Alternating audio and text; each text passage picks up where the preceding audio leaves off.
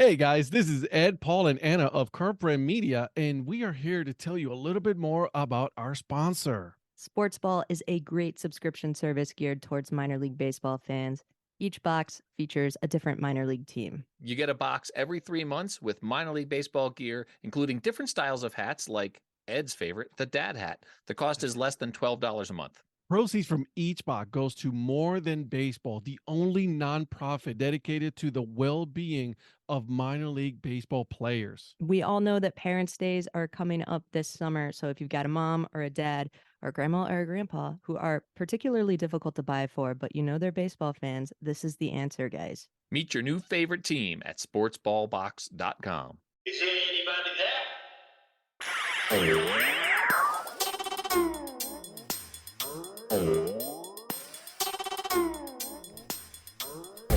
What's up, Deadhead crew? Ed here. And on this episode, I sat down with the one and only Justin Moser. He is the GM of the, well, to be named either the Seal Slingers or Fishsticks. So I sat down with him and we had a good conversation about the team, about merchandise, what's going on. Then he threw me all a little curveball right there at the end. So without further ado, I give you the episode.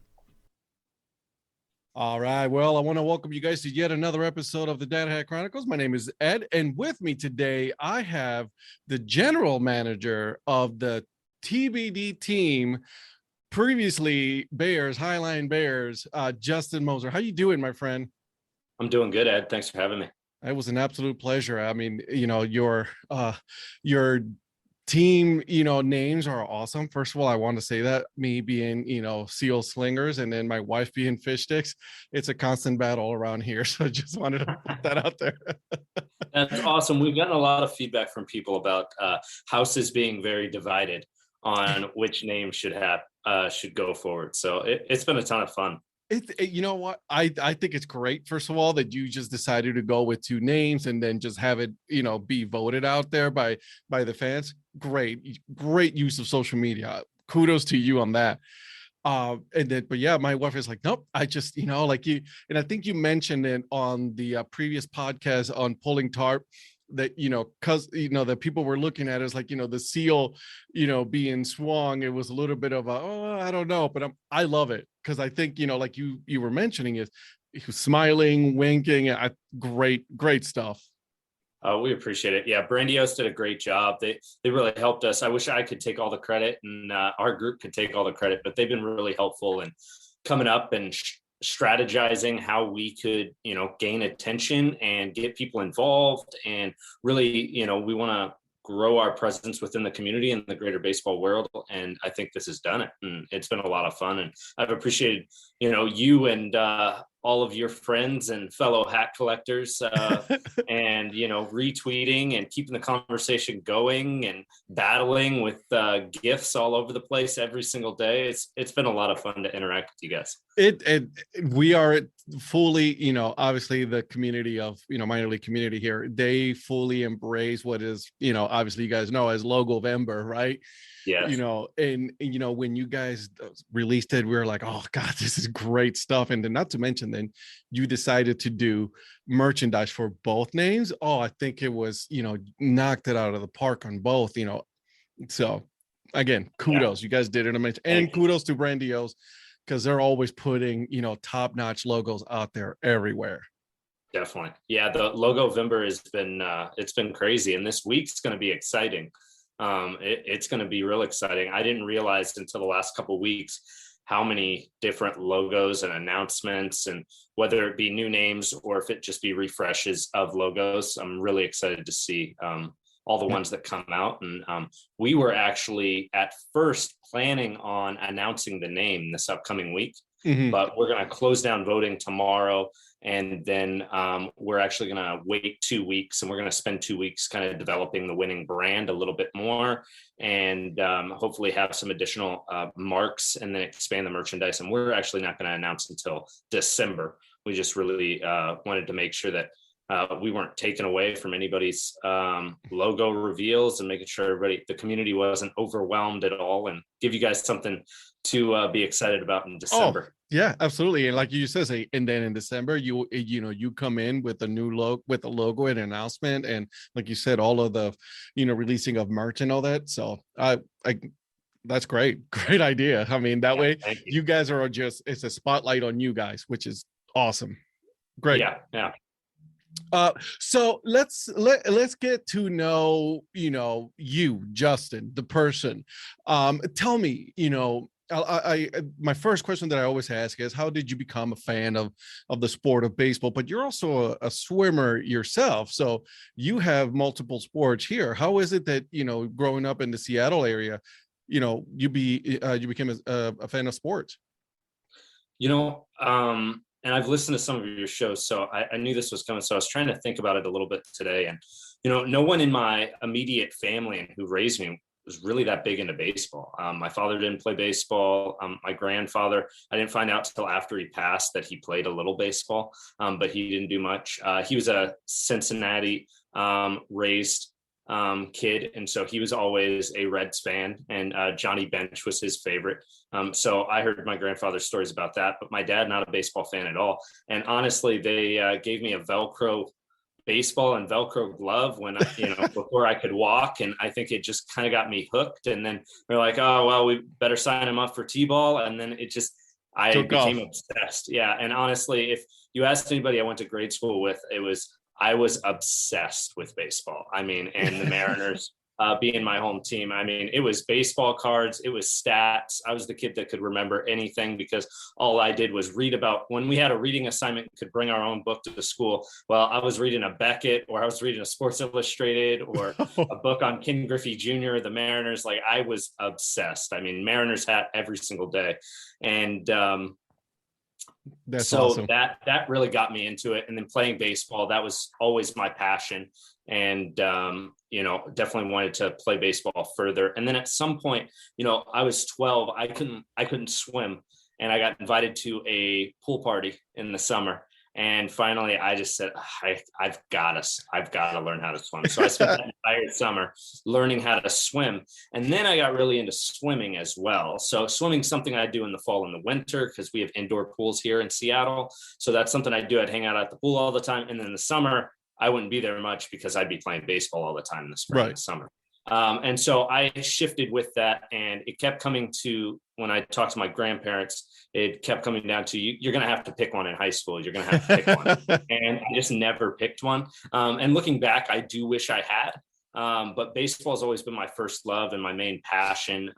Swimming has turned into something that helped me. The pool was always my home when things weren't great at home, and it became a career path for me. So I taught swim lessons, became a lifeguard, worked at lakes, managed a lake, helped manage a pool, taught swimming. Now I teach lifeguard classes, CPR classes, all of those types of things on the side to support my my passion of running a baseball team, which has been it's been a struggle to learn that this is a business and that there's a way to do things. And our summer collegiate team runs just like a minor league baseball team. That's awesome. You know what? It's trial by fire. It's like opening a hose and just off you go, huh?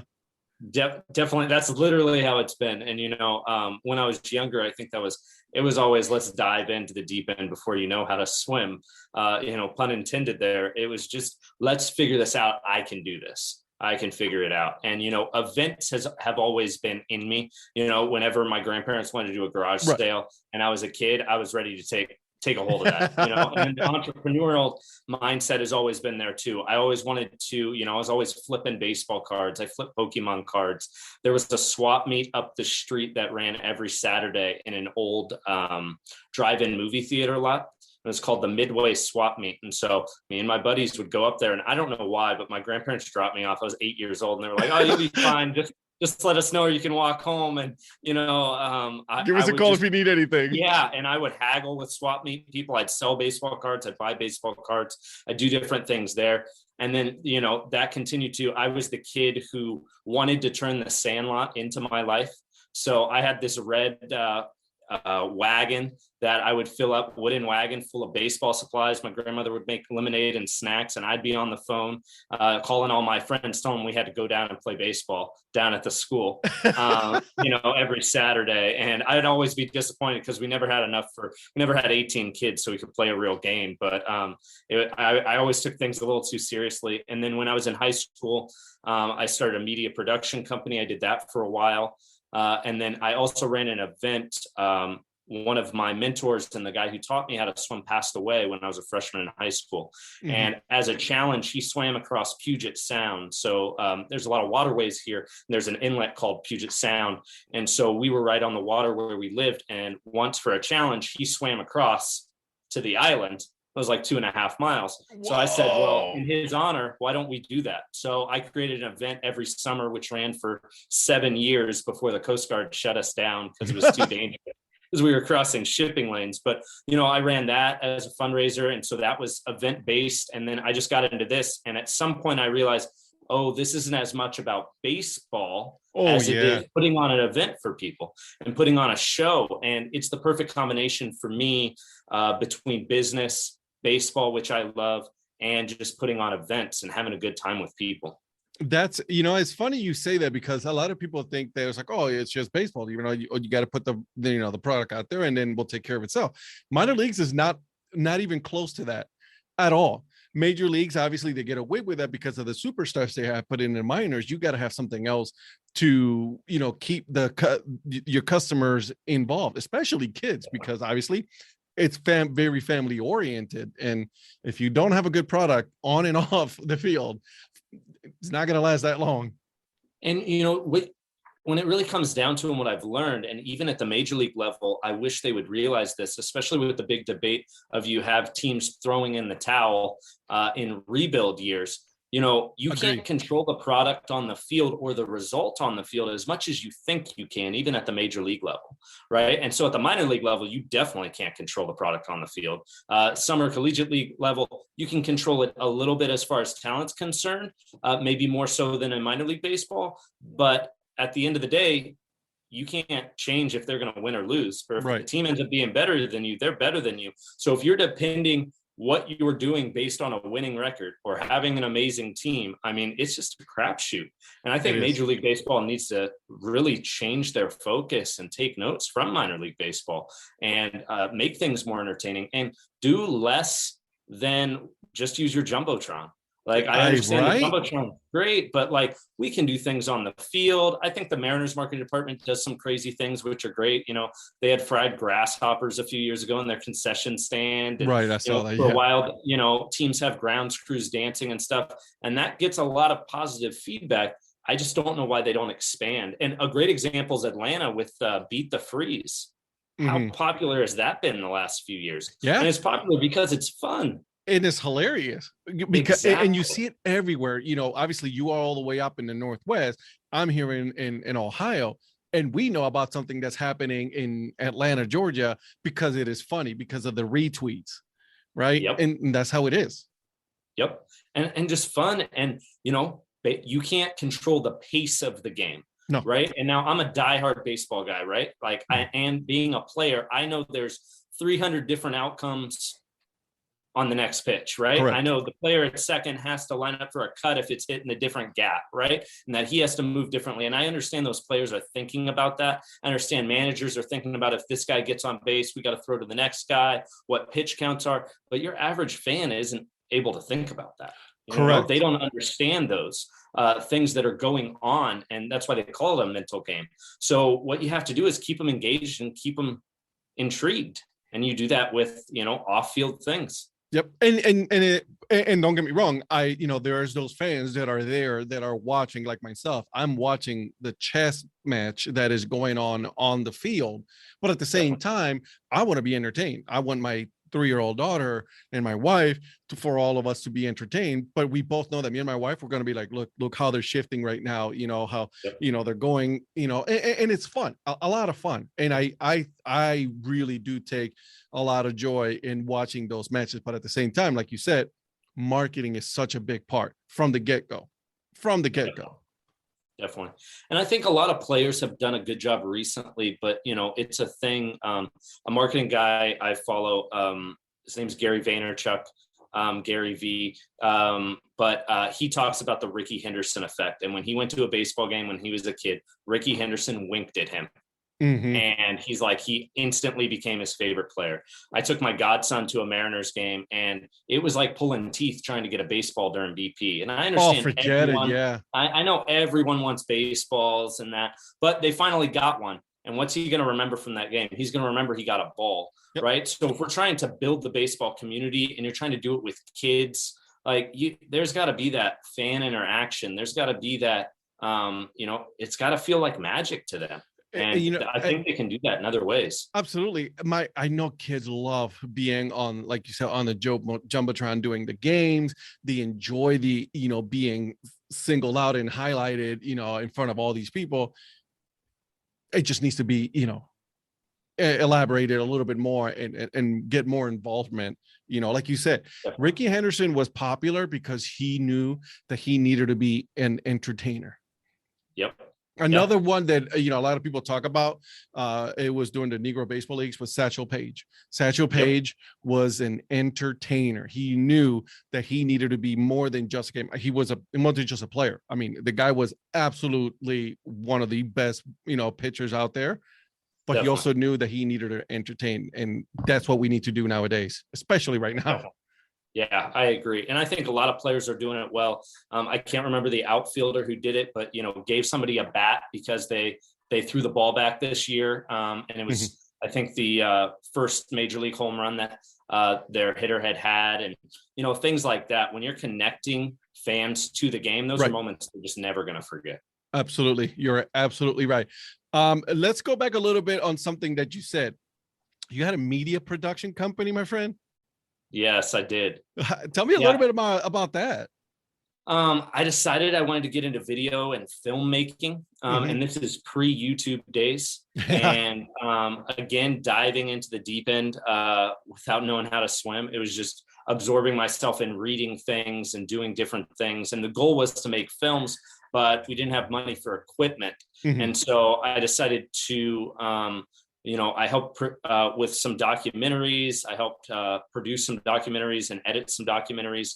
And then from there, we started doing TV commercials, local TV commercials. Oh, nice. Local golf virtual tours of golf courses locally and things like that. But again, just, it was both. We started in 2005, I think, and we ran until about 2009. And it was, the economy started going down, and I just took on too much overhead. I was like, we need to look more professional. Let's get an office. And I rented an office, not even having contracts or anything. We had signed one deal, and it was just a little too much too fast. Yeah. And looking back, we were just a little bit too early. If we had waited a few more years with YouTube taking off, and the way that video has taken off now, I mean, that's a field you want to be in now to be successful. But learned a lot about business. And then after that failed, I decided that I wanted to get into the wood baseball bat business. And so I started private labeling wood baseball bats and selling wood baseball bats for 2 years. And I learned a lot about the industry there. The problem is that my margins just weren't big enough. And I tried to play the price cut game. I'll give everybody I can the cheapest wood bat possible. And so I was making $5 a bat or negative $5 a bat. And it just didn't work out. So. That's crazy. You've done it all, my friend. I bounced around quite a bit, and it's been a learning process. I decided I was going to go to film school, and I went to a local state college, and they had a really good film program. And I had been running my media production company with my business partner, and I applied to the film school. Or actually, I applied to the college, and I was rejected because my grades were so bad in high school. And but they said they liked my letter so much that if I enrolled myself and paid for my own courses over summer and showed them I was dedicated and ready to change, that they would accept me. So the dean actually called me and told me this and said, if you move down here, you pay for yourself, we'll accept you. And so I went down. I did fine over the summer. and I was ready. I applied to the school, got into the school, but then I had to apply to the film program. I applied, and on a technicality, the woman told me that I wouldn't get in because I hadn't spent a full year there. But I was going to be junior in college credit. So I would, and it was a year program. So I'd have to waste my entire junior year studying something else. And so I was pushing back, and I was like, listen, this is what I want to do. I have a business where I'm doing this. I want to learn more. This is why I'm here. And she just looked at me and said, this isn't a real film school. It's a film program. Maybe it's not for you. And that was the last day I was in college. Oh, no. That's when I dropped out. I got my, that's when I got a lease maybe 2 weeks later for an office, and then started running that business full time. And then, just kind of limped along. Aquatics has always been there for something I could go back to, which has been great. And to help pay the bills when other things that I was pursuing didn't. And it's given me a lot of opportunities, but I've learned a ton. So really, these businesses have been my education. I was just going to say, have been my college education. For sure. It prepared you along the way of what you're doing now, because I'm sure that, all of this that you've learned along the way, you're going to use all those things, and once the season starts to, promotions and, keep up with social media and things like that for the team. Definitely. And, same thing going into the team. We started the team, no idea what I was doing. And we really struggled along. When we started, we had no idea what we were doing. And I said that in previous interviews and podcasts, and we've just been trying to figure out it along the way. And I think we've really, in 2018, we really started doing things the right way, and we started growing. 2019 was even better there. And then we kind of picked our vision. Hey, here's what we're going to do. Here's what's working. And then COVID hit, and we had already in 2019 been toying with a name change. COVID hit, and it was just like, this is a good reset button. Let's try to work and focus on a rebrand. And we had actually talked about coming out with names and hiring Grandiose in 2020. But then after talking to Jason at Grandiose, he was like, I just hold off. He's like, you don't know how it's going to work. Things are a little unpredictable. You guys might not even play this summer. Let's hold off and not rush things. And so we pushed it this year, and I think it was a great choice. Yeah, I think it was a smart idea, because you guys didn't end up playing at all in 2020, did you? No, we didn't play in 2020, and then we were going to do it for 21. Obviously at the end of 2020, announced the names, and then go into 21.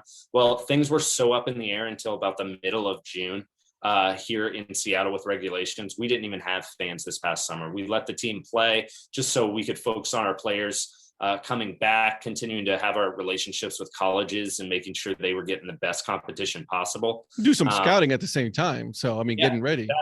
Exactly. So the guys they played a real competitive schedule, and that was great. It's tough not having fans, but I think it was the right choice. And now we're set up, and hopefully things are opening back up, and we're on our path to have a great 2022. That's awesome. I love it. There's something about going to a minor league game every single time, and I've recently, and I've said this a couple of times, that recently really got into the collegiate wood bat leagues because they're so much fun. Didn't even know, obviously, and this is, due to my own ignorance, obviously everybody knows, this is the Cape Cod League, right? That everybody knows about them because of their movies and all of that, but that's not even close. There's so many all across the United States, it's become one of my favorite, parts of baseball is the wood bat league for collegiate, because like those kids, they want to play and they want to show off, and it's competitive. I know for sure. Yeah, and don't feel bad. Before I'd say I was running the team for 2 years, and I had no idea the depth of summer collegiate baseball.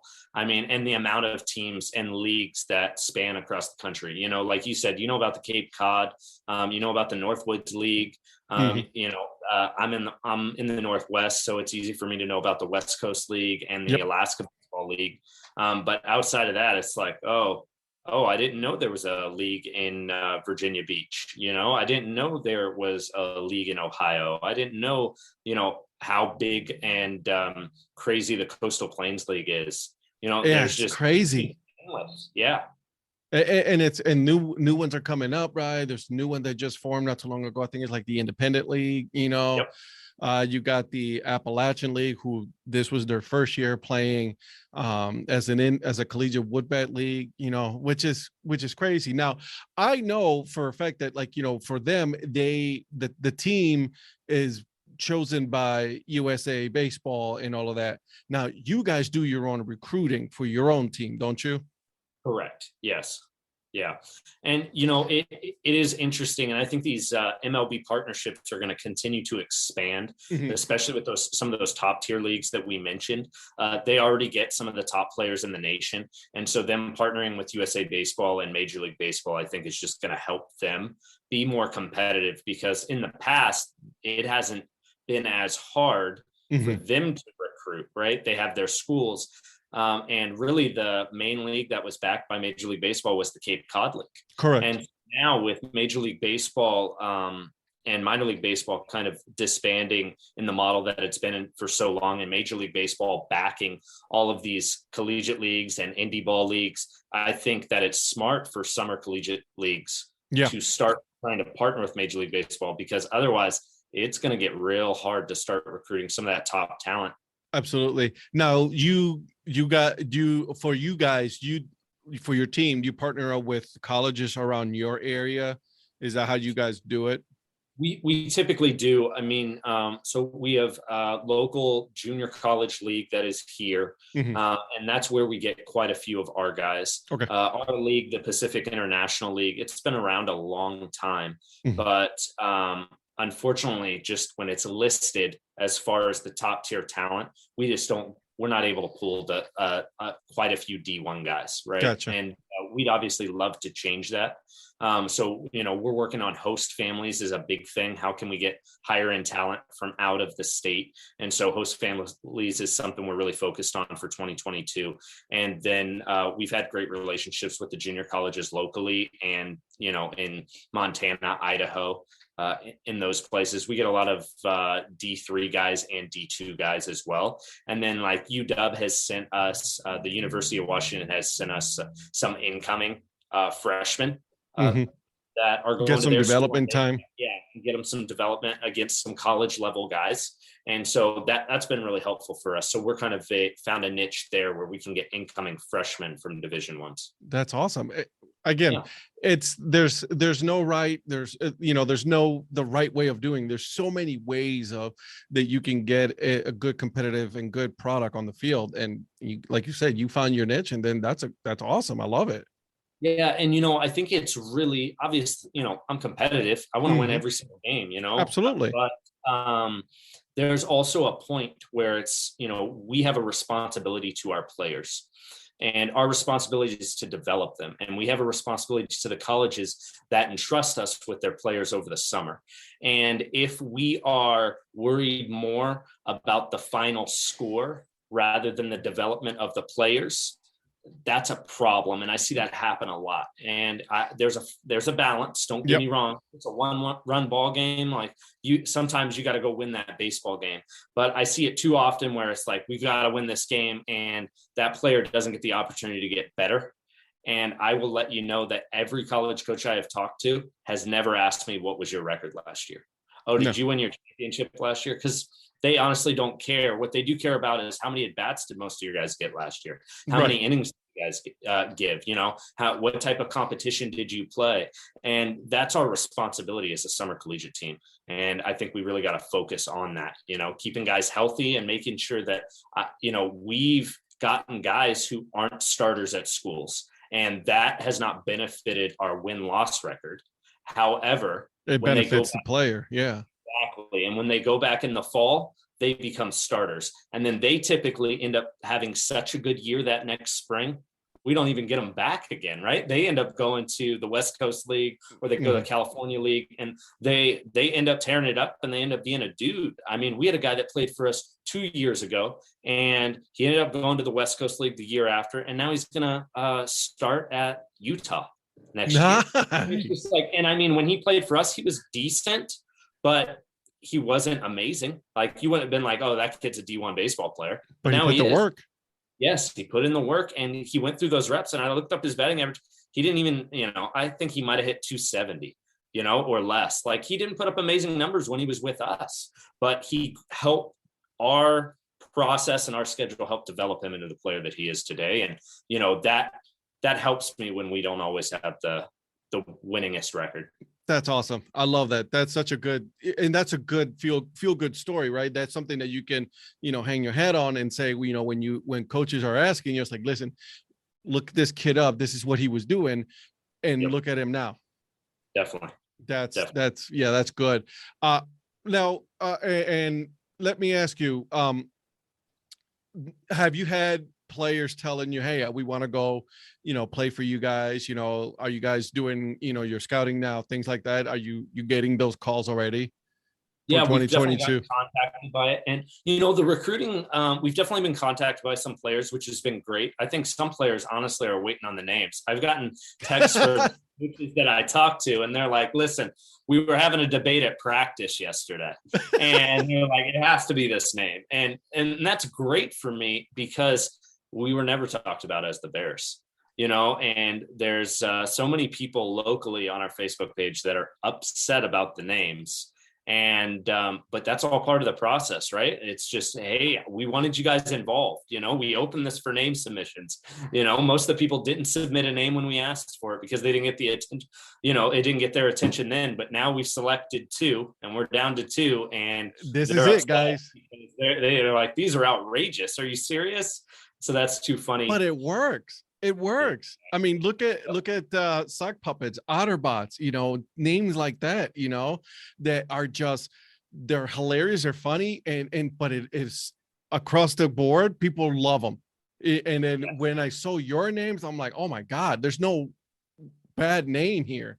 They're both great. I chose my side, obviously, right? But yeah, doesn't matter though, because they're both great. And it's also, what can you build around it? What kind of fun can we have, right? So I know one angry email that I received was, you guys just want to sell merch with a crazy name and crazy logo on it. And I just responded, and honestly, well, that's one part of our business. Yeah. However, what we're really excited about is what we can build with one of these names at our events. And I hope you'll come out and enjoy and experience what we're going to be able to do, because something so generic as Bears, that just limits you on what you can do. Correct. Yeah. And the way that things have been going lately, it's very obvious that a good catchy name is going to get talks. It's going to get the clicks. It's going to, get the merchandise going all across the US, all of it. I mean, look at me. I'm in Ohio, right? Yep. And I'm definitely very much invested in this, what is going on and what the new name is going to be. Yep. It was too funny. I was having breakfast with a friend, and a friend of theirs was there this morning, and she said, listen, I'm going to buy your breakfast, Justin, but it's got to be this team name. And I can't take bribes. I can't take bribes here. And it's just the amount of investment that people from all over has been a lot of fun, and we're really excited about it. Good for you guys. Love it. I know. I'm sure. Let me ask you guys, once a new name is chosen, would you guys still sell the merch for both teams? Or you're just going to go straight? I don't know if we're going to or not. There's a lot of different ideas that have come up.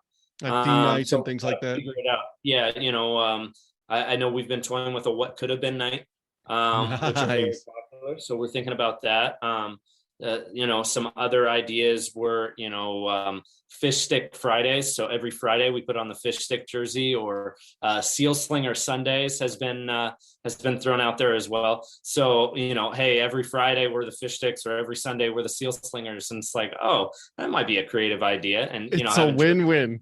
Yeah, exactly. So it'll be a lot of fun, because we have both names, and we own both names and both logos, and we can move forward and have fun with them. Or maybe if we start another team in the future, it's the name that we don't go with. Wow. Yeah. That's great. That's amazing. I love it. So I think we probably won't sell the merch.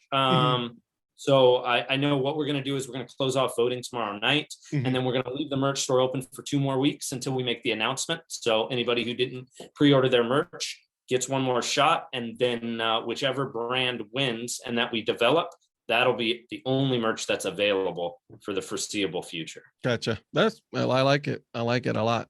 I got something for you, Ed, though, because you day one you sent me a tweet and you said, I wish they had a dad hat.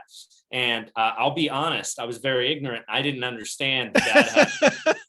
All right. I actually didn't understand the hat culture and the depths of it on fitted, on snapbacks, on dad hats. And so I did research right away because I don't like being wrong. So I went and I said, oh, he's right. And I told you, and I said it publicly, I said, I'm sorry, you're totally right. And so I reached out to 47 brand, which I had already been talking to them because initially with our launch, we wanted to have some of their merchandise anyways, t-shirts and hoodies. But because of the supply chain stuff, they're totally shut down. Oh, it's crazy. For any new brand production. And so I think all they're doing is selling stuff that they've already made, because I think they're so backed up. They're trying to fulfill orders for a lot of minor league baseball. Because I know even today you were trying to celebrate. And you were trying to buy a hat, and there were tons of them that were just sold out. Yep. It's funny because, like, you know, where it's like, okay, you know, they finally, you know, kudos to 47 brand. I love that stuff. Right. But from what I've been told is, from what they're saying is that they're moving warehouses. So a lot of their merchandise is like, you know, they're in transit. So they don't know what they have on top of supply chain issues, which is across the board with everything, all merch, you know, not just in baseball, but everything, you know, so it's insane. It's crazy. So what I was getting at, though, Ed, is I am going to have you help us design our first dad hat. I think we have to, right? I mean, it's the Dad Hat Chronicles. Yes. I mean, you're welcoming enough to have us on your podcast. You've been tweeting like crazy. You voted a bunch. I'm pretty sure you pre-ordered some merch as well. I did. Sure did. I mean, that's like super fan status pretty much. So if I can do one thing, it's going to be, once we announce the final brand, I'll reach out and we'll start designing a dad hat. Now, if we got to wait for 47 brand, that means it may not be released till next year. If I find another hat manufacturer, maybe we'll do that one first or something, but count me in. And then I'll find a way to make it up there to go watch a game. Believe me, I will make it. Are you kidding me? I'm honored. Podcast over. Let's go home. I don't care. Let's go. That's awesome. I'm honored. I really am. Thank you so much for that. I'm in. I think that's how many hats are in your collection? I haven't done a full count right now, but if you see from my wall, that I'm over 150. And I have 2 boxes sitting here that I usually do an unboxing video. So I have not done those unboxing videos yet. So sorry, babe, I love you. I got 4 there. So you told me before we talked, and obviously I can see your wedding ring, and you just said, sorry, babe, you're married and still married. Still married. He's still married at the time. Yeah, exactly. Constant battle, all of the hats. So we had to come up with I had to commit, right? So pretty much I gave in, and she told me this, and I needed to do it. I'm like, you're right, I am. So we limited 1 a week, and I usually do the video, which is with my daughter, where we do a random wheel of hats. So I do my research during the week, make sure that, you know, the teams that I have on the wheel have a dad hat, and then I pick it. So it's 1 a week only. Sometimes I go a little bit over just if there's something like, you know, like a very rare hat that are not there and they're not going to be there anymore. But otherwise, I had to, because I was spending a lot of money. Yeah, for sure. And the good thing is these are cheap. These are cheaper than the 5950s, because 5950s are structured. You got to keep them very, you know, I use every single one of them, all of them. Yeah, that's awesome. That's great. Do you have a favorite? I know you've been asked a bunch of times. So I am going to give you the answer by that. My friend Hardy, the hat guy, said on the podcast. My favorite hat is going to be the next one. Nice. I did order a Seattle Kraken hat, that hat, the one with the anchor on it. Yep. So I have that one. And then another one that I love, which is I love their logo, is the Minnesota Wild. Oh yeah. Yeah. That's of the NHL. Yeah. So those are, I love those, but I'm waiting to see what my major league team here does yeah. as far as merchandise and hopefully new name, doubt it, new logo. One can only hope. Yep. So yeah, we'll see. But yeah, it's the next one because obviously as a collector, Yeah. Do you have any collections? I used to have hundreds of thousands of baseball cards. Mhm. I was that kid, I was just always organizing. And I'm going to blame my grandmother a little bit. She fed into it. I think it's how she liked spending time with me. So she liked organizing. Nothing wrong with that. Right. But unfortunately, I was the 90s kid in the early 90s collecting baseball cards like all of us and thought that we were going to be rich if we held on to baseball cards. And, I remember the constant conversation. My grandmother was like, well, if you don't open this, factory sealed box, it might help put you through college. And unfortunately, I sold that box on eBay for like $20, which is probably the same price that I paid to pay for it. And that was just a couple of years ago. So I used to be into cards. I started a hat collection a little bit, but I've moved a few times, so I don't have any current collections right now. Gotcha. I've got to think about it, but I think eventually I'll get into something. There's never a wrong time to start anything. What this podcast has allowed me has to really learn that a lot of people have different, they've started in every single different way. They're collecting different things, which is the best part about this community, which is fun. Yeah. So, yeah, it's a lot of fun. So are you the one in your team that handles your own social media? You're the one that's always interacting with all of us and things like that, or do you have a team that also does that as well?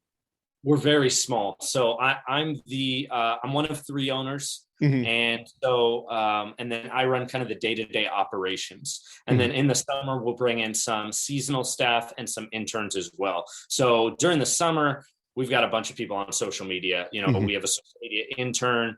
We have myself and one of the other owners. Typically on social media right now, it's me and one of the other owners that are interacting on there pretty frequently. I'm doing it day to day. My business partner who helps on the social media side of things, he runs an indoor baseball facility. He's the general manager there. Yeah. So he's very, very busy with his day-to-day job.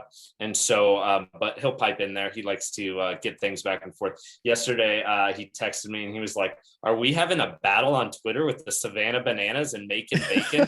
Because I think I called him out and I said, yep, we're going for it. And he said, do it. We're going to have made it if they call us out. Love it. That's amazing. Yeah, do it. All the way in West versus East. Oh, I'm all for that. That's amazing. Don't get me wrong. They have they figured out, like you guys, is entertainment, baseball as well. Yeah. And, I reached out to Jesse Cole of the Bananas probably 5 years ago and, answered his cell phone on like the second ring. And then, we talked, I think I emailed him first actually. And then he said, call me here. I'll talk, answer any questions you have. He spent an hour on the phone with me, answering any questions I had. I'll text him here and there, send him an email. He's super nice and supportive. And like you said, and, they went through the struggles when they first started as well. Jesse spent his time learning with another team, the Gastonia Grizzlies, before they figured out how to do it in Savannah.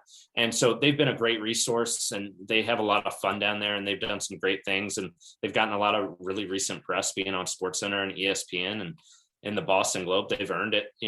They do a great job down there. But yeah, we're definitely trying to build something up here that's, that's unique for you guys. Yeah. In your area. For us and great for our community. Let me ask you, because I've experienced this in minor leagues, fans and people been, for the most part, actually all the time, they've been very welcoming. They like to help each other out. Is that what you've experienced so far, going through, the rebranding and, retooling of your whole team? It's interesting that you asked that. Minor league baseball been great.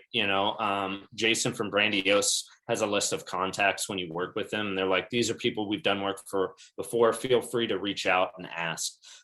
What I've tended to find is people that are at at quite a bit higher level than you are very open to helping you. You know, people who have been successful. And then the people who are maybe a tier above you, or they think they're much right. their ego. And I mean, the amount of times I've been big leagued by people is just amazing. You know, in person, somewhere else. You know, we've been told a summer collegiate team can't work in Seattle, and we're gonna prove them all wrong. Like this is our community wants this. I mean, it does not. We're not competing with the Seattle Mariners. You know, I mean, you can't. I can't, right? If you are a diehard baseball fan, you are going to stay home and watch that game on Root Sports, or you are going to go to the game. Correct. Or you're going to go to a bar and watch the game if you don't have cable. Like if you are a diehard Mariners fan and a baseball fan, you're going to. I can't compete with baseball. But for the other 130,000 people that are in the West Seattle community, and we're here to entertain you. Families, we're going to be cheaper than going to the movies for a family of 4. Yeah. You know, and a lot of fun. I mean, so that's what we're doing. And then it's funny. His name is Pat, and I'm losing his last name, but he ran the Orlando Magic for a number of years. Mm-hmm. And he wrote a book on Bill Veeck. And I've read everything about Bill Veeck that I can find. And Pat Williams, I think is his name. And Pat wrote a book about Veeck, and I loved it. And so I went and I found his email, and I sent him an email. And the next morning in my inbox, I had an email directly from him, and he gave me his phone number and said, anytime you want to talk about the sports biz, let me know. And that's awesome. Said, hey, you inspired me. You know, we decided to rebrand. I sent him, and he said, I voted. I love these, you know, have a lot of fun. And it's just great, you know, and people being open to that. In fact, John Stanton, who's the president and owner and managing partner of the Seattle Mariners, happened to be in our ballpark a few years ago. And it was right when they announced that his ownership group was acquiring the team. And I guess his son was pitching against us on another summer collegiate team. And it was a non-league game. And his picture had just been put in the paper, and he came up the stairs from the concession stand, and I was sitting there, and it was while an inning was going on, so we weren't running any promotions, and he just smiled, and he said hi, and I said hi to him. And then he walked past, and then my business partner at the time, I said, I know who that guy is. I just know. And they're like, oh, you don't know who that guy is, blah, blah. And I Googled it, and I was like, that's the new owner of the Mariners. And they didn't believe me until I showed them the picture. And then I walked over, and I just said, hello, hey. And he actually owns 2 other summer collegiate teams in our state that are in the West Coast League, the Yakima Valley Pippins and the Walla Walla Sweets. And so I started talking to him, and he actually was super sincere. He was nice. And he connected me with the person who was running his summer collegiate teams, Zachary Frazier. And Zachary Frazier was a great mentor to me for quite a few years. And he's gone on to doing something in collegiate sports now. And that was awesome. Great. Like relationship. And then when we were having the kids run the bases at the end of the game, because we always do that on Friday and Saturday nights, and I look up in the stands, and John Stanton is up there smiling, clapping his hands for the kids running. And it's just, you know, a billionaire who, you know, he could be anywhere, but he decided to be in our community to watch his son throw in a summer collegiate game, and then stayed until after the game and watched the kids and cheered on kids in a community that he doesn't even live in. And so going back to this, you know, it's a long way of answering your question, but it was just, I've noticed so many people who are just at this top tier level just want to see other people be successful because they've been in that grind where other people are. Yeah, everybody, we've all been there. Like, you know, it's whatever it is that you're doing, right? It's you got to put into work, but at the same time, if you have people that, you know, that are willing to help you and guide you and, you know, answer questions for you, because that's what I've experienced so far in me running this podcast is everybody that I've called or I've, you know, asked, you know, hey, do you want to be on my podcast? Or, hey, how do I do this? Or, you know, any ideas? Everybody's been super nice. And they're like, yeah, absolutely. Without hesitation, everybody so far that I've asked to be on the podcast has said yes, including yourself. That's great. No, and I'm really glad you asked. And because I love it. And, you know, it's helpful for me. It's helpful for you. And it's helpful for a community. I've talked about so many different things here that I haven't talked about with anyone else, you know, and that's just great. Right. And I think it's just having that abundance mindset, right? Mm-hmm. There's enough listeners for all of us. There's enough, dad hats for all of us. There's enough New Era 5950. These collectors are spending a fortune. You guys are collecting hats like crazy. And, the fact that there's it's Logo Vember and everybody's celebrating it. It's not that, oh, they're coming out with a logo too. It's like, oh, great. This is building our community, right? There's more fans, because if there's more baseball fans, there's going to be better rivalries, and there's just going to be, more interaction, and there's going to be more people that travel from one, state to another to come see what you're doing.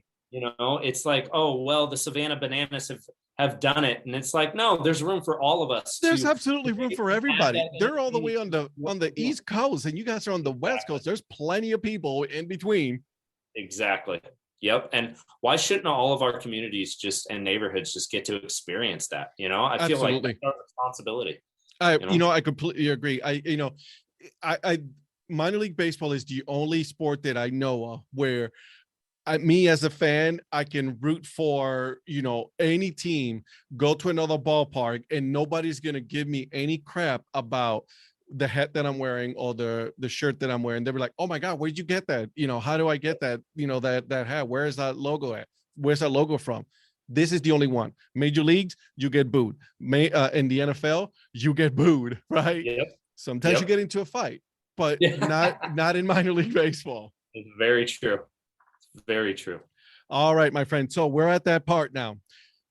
You've done your research, right? So are you ready to answer my famous, not so famous questions here? Yes. All right. I'm going to give you the easy one here. When you go to the ballpark, as a fan, not as someone who is working, as a fan, what is your snack or drink of choice? Okay. So if I go to a Mariners game, I have to go to the back alley behind what's now Lumen Field, where the Seahawks play. And there's this back alley that leads up to T-Mobile Park where the Mariners play. And that back alley has a bunch of vendors. There's hot dog vendors, there's kettle corn vendors, and I'm always going to Joe's hot dogs. Nice. Joe's great. I've been going to Joe's since, I was probably a teenager, and it's every game. You go down there, you get a huge hot dog. It's way better than what's found in the ballpark. And he's a great guy. That's another person. I reached out to him on Facebook 5 years ago and said, hey, we serve hot dogs in our stadium in White Center. Can you help me? He gave me a list of where he buys his hot dogs, what he puts on his hot dogs, how he grills. That's awesome. And he even said he'd come down and train our staff how to grill up the perfect hot dog. So that's cool. Yep. Love it. That's amazing. And I love this. I'm a fan of hot dogs, so there it is. Is a hot dog a sandwich? No. Good man. That's a great answer. All right. Tacos or burritos? It's so hard. Okay, you got to define it. Are we talking street tacos? Ooh, right. Are we talking large hot dog or not hot dogs, tacos? Because if we're talking the larger, like soft tacos, I'm not a crunchy taco guy, sorry. Or are we talking street tacos? So, it's funny you say that, because I talked to someone else who said the same thing. It's like, listen, if you're going to talk about street tacos or like, the actual tacos they sell in Mexico, that's a different story than the tacos here in the US. They're two totally different things. So I'm going to leave it up to you to decide which one is it that you want, because I'm guessing you're probably going to go with tacos if you choose, let's say, street tacos, aren't you? Yeah, I'm going to have to go with tacos. Yeah. I really am. I love a burrito. Burritos are easier to eat, in my opinion, because, True. Even street tacos, they're always overfilled, which is a good problem to have. But God, a good street taco, you can't beat that. Sounds like a plan. That's a great answer. Okay. Strangest thing you've ever eaten? Strangest thing of alligator. Really? Yeah. I've actually had alligator myself. Have you? Yeah, I think that's the strangest. And, I have family. I was born in Jacksonville, Florida. I didn't spend any time there. It's just where I was born. So I have family down there. So I went to visit one year, and it was for my cousin's wedding, and her fiance at the time just wanted to take us to this restaurant. And it's literally on this swampland. And at a certain time of year, they feed alligators off the back dock and the porch. Oh my And so God. it had all this different type of game. And so he was all about ordering different types of samples of things where we could try things. So we tried frog legs at the time and alligator. So I think that's the strangest both. thing. Yep. I've had both. I've had frog legs and then alligator. Alligator. Not which is me and my wife, we went for like a 1-year anniversary to Arizona. Of all Okay. places, that's where I've had it. I've had both. So, Really? but yeah, Arizona, right? Yeah. Well, Yeah. it was delicious though. So I'm, Yeah. I'll probably try it again. Have you tried the grasshoppers at the Seattle Mariners game? I haven't. The times that I was going, I'm not sure if they serve them there anymore or not. Mhm. I don't think they do. I think it was a 1-year thing, but they were sold out for every game that I went to. Yeah, It was just super yeah. popular. It was just nuts. Yeah. Love it. Okay. Favorite board game? Monopoly. Good answer. It's just always, I mean, that's having that business mindset. Yeah, I was just gonna say, everybody I don't like board games for the most part. I Mhm. don't like card games for the most part. I'd rather do something, where we're out running around. But if we got to play a board game, Monopoly is my board game, and I don't care that it takes hours. I love it. Love it. I actually, it's one of my favorite ones as well. Okay. Latest TV show that you've binge watched? Latest TV show. I just binge watched Seinfeld. The whole series. Yeah, I mean, I didn't binge watch it in one. I mean, You're right, obviously, yeah. Yeah, it's gonna take a while, but I watched the whole series. I mean, it took me 2 months, but That's a lot. watch the whole series. So, Nice. Congratulations. Yeah. I have not. I watched it here and there. So I never really got to binge watch the whole series, but I might. We'll see. Yeah, it's an older show, just a little nostalgic, I guess. So there's some new ones. Yeah. Yeah. I mean, I'm a fan of Friends, so I mean, anytime Friends comes on, I'll watch it. So yeah, there's that. Okay, first celebrity crush. Ooh, first celebrity crush. Probably gonna have to be probably Britney Spears. Hey, all right. Yeah, probably, which is pretty funny considering she was freed this. I was just gonna say that's right. Right? Yeah, she's relevant in the news. I'll tell you one other story. I don't think I've told this to anyone in a really long time. I was in 5th grade, and me and 4 other friends decided to start a boy band, and it was about that time. NSYNC and 98 Degrees and Britney Spears and Christina Aguilera were all very popular. We started a boy band called the Britney Boys. And we sung and performed at assemblies Britney Spears songs along with choreography. That is amazing. Please tell me there's video of this, because this is great stuff. Free video. I think there's 1 or 2 pictures that float out there. There's a girl we went to high school with who will every once in a while send us the picture. Like, hey, look what I found. But yeah, there's not a ton of evidence. That's great. We did go to a Britney Spears concert that summer, and all but one of us wore our shirts that said Britney Boys and our names on the back. And every girl that we saw there that was way older than us wanted to take pictures with us. We thought we were great. And the kid who didn't wear his Britney Boys shirt had to make an excuse every single time. But his reason for not wearing it is he was embarrassed. And then he ended up being the one embarrassed at the show. For not wearing it. Yeah, for not wearing it. Yeah. That's great. That is a great story, my friend. That is a great story. I love it. Okay, so what was your nickname growing up? I think a lot of people just call me Mose. Because my last name is Moser, so they call me Mose. Yep. Good name. I like it. Pool or ocean? Ooh. Pool. Pool? Yeah. Yep. As a swimmer, you like it? You feel more comfortable there? Yeah, just easier. Don't have to deal with the sand, currents, different things. I've been stung by jellyfish too many times. I'm good. No way. Yeah. So, but I don't mind the ocean, but I definitely take the pool now, sitting by the pool, laying by the pool, and, having something good to drink. Nothing wrong with that. Nothing wrong with that. Okay. Breakfast or dinner? Ooh. Dinner. Dinner? Yeah, definitely a dinner guy. Gotcha. This is a very contested question that a lot of people have very different answers. Pineapple on pizza, yay or nay? I am a pineapple on pizza type of guy. Hawaiian is, I like it, and I'm not ashamed of it at all.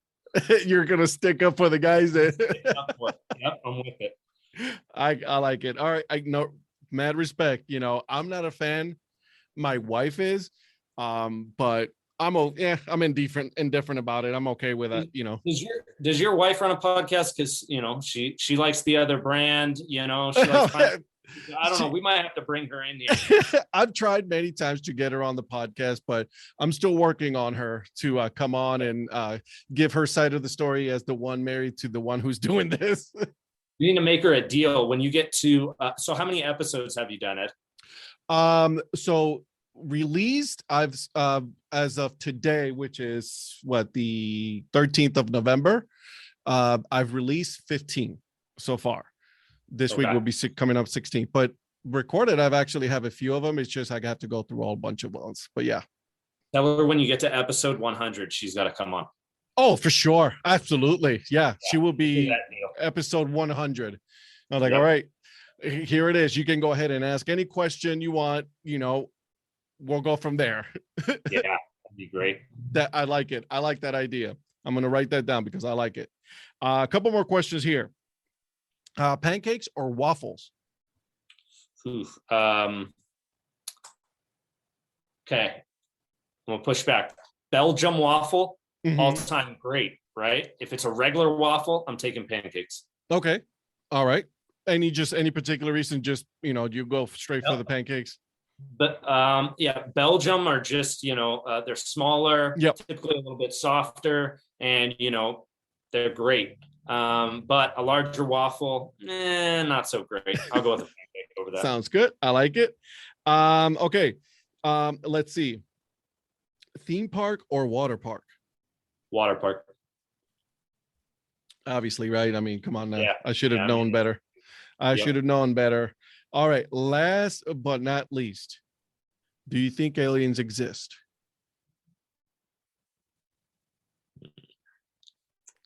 I'm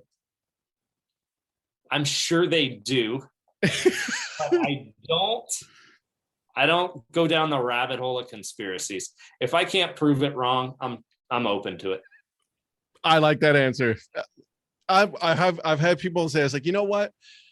I don't want to believe it just because I don't want to find out. Yep. Love it. Justin, thank you so much for being on this podcast. I really do appreciate it. Anywhere where people can find you on social media right now for the team, for you, anything like that?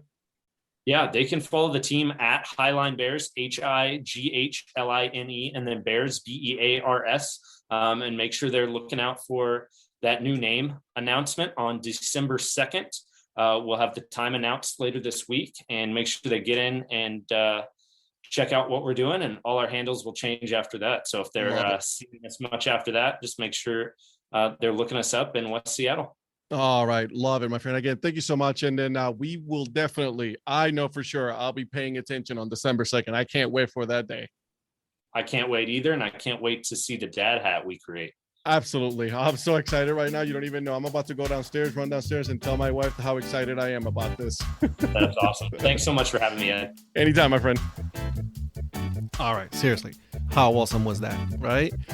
Make sure you guys are following Highline Bears right now because they are going to be dropping that new team name this week. So make sure you guys are following them, okay? And also, how awesome is it that I get to be part of designing a dad hat with the team? I'm pumped. I'm honored. Listen, when I heard about it, I was jumping for joy. I'm not even going to lie to you guys. All right. Before I go, a couple of things. Make sure that you guys are subscribed to the podcast so that way you guys are always in the know when something is up, as well as make sure you guys tell one more person, okay? Until then, guys, keep on grinding and always support the minor leagues. See ya.